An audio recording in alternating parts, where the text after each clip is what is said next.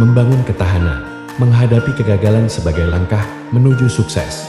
Dalam perjalanan menuju kesuksesan, kegagalan seringkali menjadi bagian tak terhindarkan. Namun, cara kita menghadapi rintangan dan kegagalan tersebut bisa membentuk karakter serta ketahanan kita. Banyak tokoh sukses yang pernah mengalami kegagalan, namun ketekunan mereka dalam bangkit kembali justru menjadi pendorong utama kesuksesan mereka. Salah satu contoh yang paling inspiratif adalah Thomas Edison. Sebelum berhasil menciptakan lampu pijar, Edison mengalami ribuan kegagalan dalam eksperimennya. Saat ditanya tentang banyaknya kegagalan tersebut, ia menjawab, "Saya tidak gagal. Saya hanya menemukan 10.000 cara yang tidak berhasil."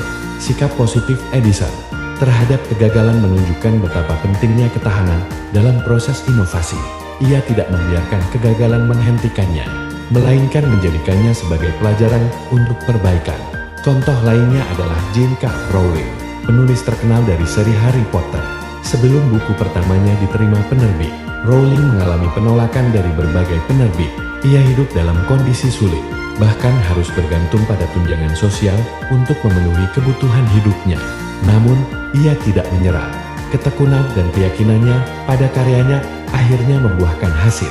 Dan kini Rowling adalah salah satu penulis terlaris di dunia. Kisahnya mengingatkan kita bahwa kegagalan bukanlah akhir dari segalanya, melainkan sebuah batu loncatan menuju kesuksesan.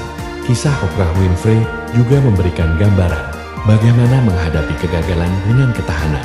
Di masa muda, Oprah mengalami berbagai tantangan, termasuk kekerasan dan pengabaian.